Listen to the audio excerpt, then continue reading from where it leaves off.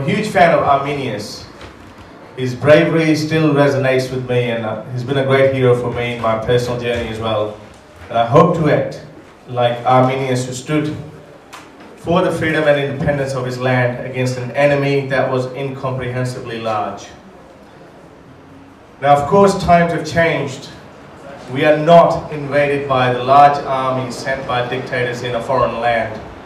We are invaded by ideas that threaten better ideas.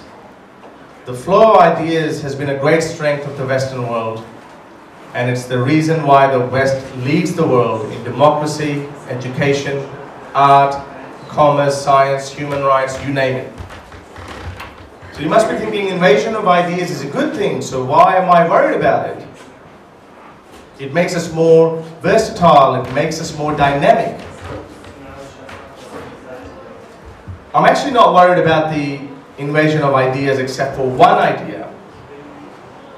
An idea that demands supremacy, it demands respect, it demands untouchable and critique-free status, and an idea that we must stop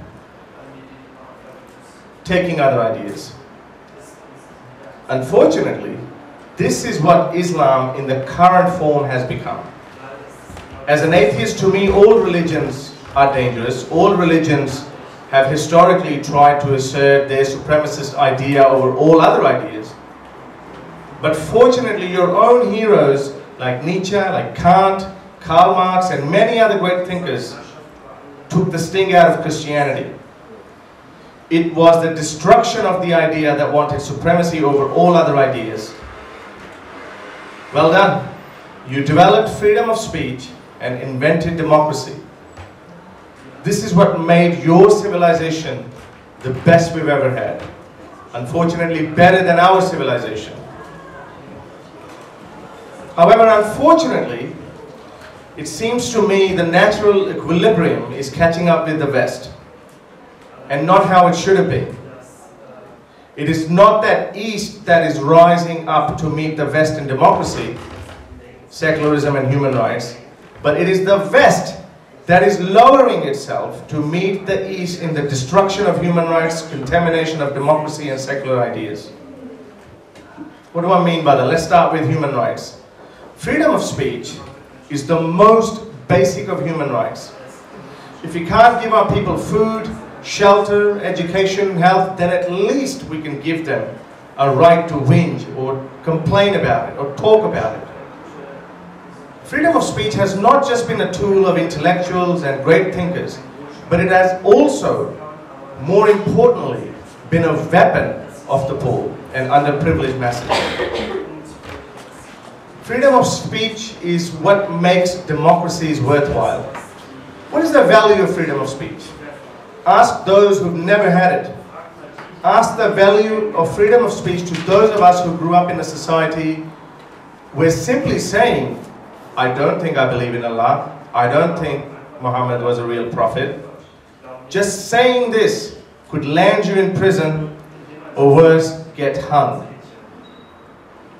There are 13 countries where apostasy, you can be hung for apostasy. Ask those women in countries where there is no freedom of speech, how they can't talk about the feminist values because you are not allowed to talk about the feminist values as it collides with the Islamic values. Ask the value of freedom of speech to those LGBTQ activists in Islamic countries, how they are helpless in making their society more tolerant towards LGBTQ because speaking about LGBTQ issues is un-Islamic. Okay, let's not go too far. Ask this young gentleman here named Mohammed Hisham, who was humiliated on national Egyptian TV, beaten up by his family for simply saying, I'm an atheist. Just, I'm an atheist. I don't know what would have happened if you had said you were gay as well. A good idea. Something that would not even have been noticed in a Western country. If he was from a Christian background or any other background, no one would have cared. All of these people will tell you how they envy the West for its freedom of speech. Now you must be thinking, we're good. You know, not so fast. When the same people flee their home countries and find refuge in the Western countries, they're gagged, they're called racist, Islamophobes for simply carrying out the work they've been carrying out in their home countries. This young man I just mentioned, he's had his application for asylum already refused once. The most amazing conundrum is you are given all the freedoms to speak when it comes to attacking the local Western problems. You know, like problems of Christianity or the problem of racism or other right-wing issues.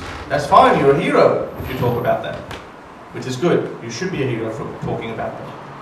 But when we come to the West and criticize the same problems we have in our own Islamic world, our freedom to speak is taken away from us under the label of hate speech. This is the new Western standard. It is free speech if you attack the far right for its homophobic and misogynistic speech, but it's hate speech if you attack Islamists for their homophobia and their misogyny. I really appeal to all of you wonderful people, protect your freedom of speech. You take away freedom of speech from your society, you set the foundations for becoming North Korea or Iran. When an ex-Muslim speaks about the ills of Islam, he's not being racist towards Muslims because he still has Muslim family members. Ex-Muslim are the Enlightenment activists of the Muslim world. They are the champions of equality, women empowerment, and equal human rights. Do not suppress them.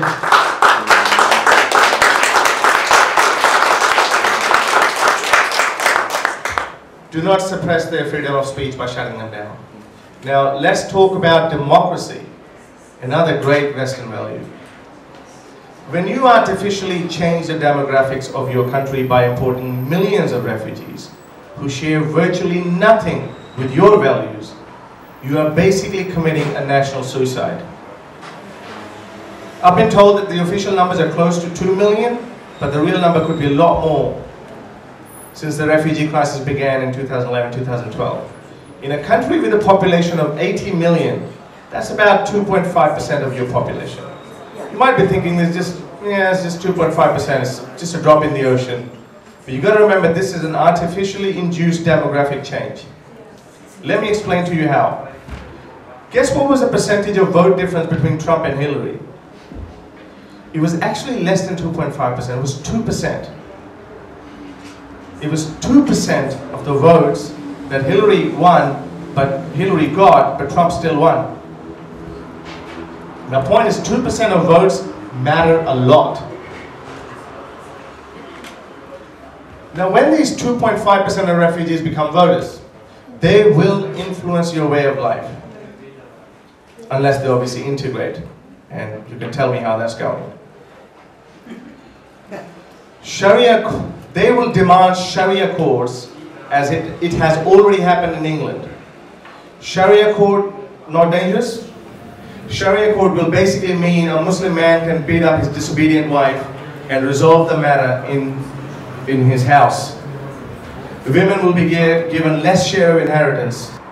So in Germany, German Muslim women will be openly and legally discriminated against. Don't rely on the bleeding heart leftists to come to the rescue of these poor German Muslim women. They won't do anything, as it is happening right now in Britain. Britain has Sharia courts where women get their reduced inheritance as per the Islamic law. And the left is totally silent about it in the name of tolerance towards other cultures. And that's just the snippet of Sharia court. Exactly. The real Sharia is beyond your wildest imagination in its cruelty.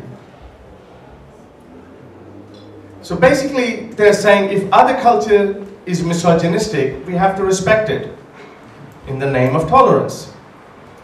This is the modern left for you. Do not be like them. Now Muslims come in all shape and sizes, but they all believe their religion is superior. Their values are better than your Western values. I grant you that a lot of Muslims will not actively take part in, let's say, bringing in Sharia or Islamification of Germany, but when a conservative Muslim leader does contest elections in Germany, regardless of what he's going for, regardless of what his policies are, all the Muslims will vote for him. Sounds too simplistic? Let me point out the Mayor of London, Sadiq Khan. He got almost all of the Muslim votes just because he was a Muslim. The good thing is that Sadiq Khan was not a crazy Sharia-loving Muslim. But what if he was a conservative? Or worse, an Islamist?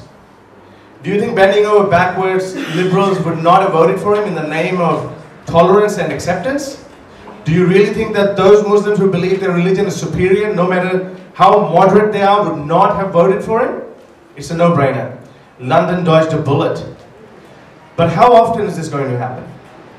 Maybe the system has some sort of a firewall that protects crazy conservatives from contesting elections, or maybe it was just a coincidence.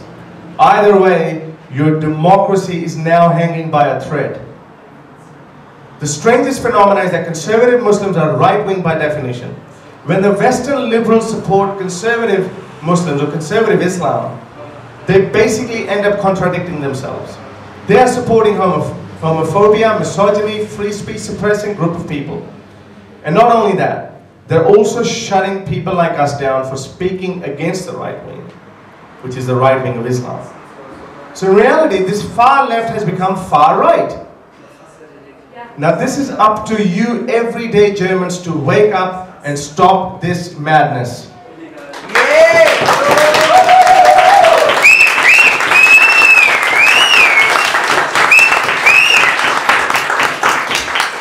Now, as I said, I don't want Germany to lose its commitment to human rights. I am not asking you to turn your back on people from oppressed and war-torn countries looking at you for help. But in the process, do not turn your back on your democracy and your values. There should be a limited amount of intake of refugees, and within that you should only take refugees that show some sympathy, not a lot, some sympathy and some commonality with German values. You have heard from Muhammad Hisham and his story. Now let me tell you another such individual. I can't even name him publicly. So I call him Spartacus because in the face of certain death, he stood for his views and beliefs or lack thereof. Now this young man from Pakistan had his own mother collaborated with the local imam of the mosque and got a fatwa issued against her own son that whoever beheads him will go to heaven without any questions. She set upon thugs on him, who beat and tortured him for a day for simply saying that he didn't believe in Allah. Luckily, he escaped, and he was on the run for 8 years until he heard about me and asked me for help. I didn't show much interest because I knew that no country will actually take him in. There is no special humanitarian visa for victims of Islam or religious dissidents. But his persistence convinced me to do something, and we managed to get him out of Pakistan to Nepal, where he has been waiting for the last 8 months or so, and waiting for his refugee status to be granted. Now, looking at Muhammad Hisham's story, I'm losing hope about Spartacus' future as well. Now ask yourself, is the system working? We can have hundreds of thousands of Islamists pouring into Europe, but genuine refugees, genuine victims of Islam, like Spartacus or Muhammad Hisham, can't enter Europe with dignity. Should these people not be on top of our list of humanitarian visas?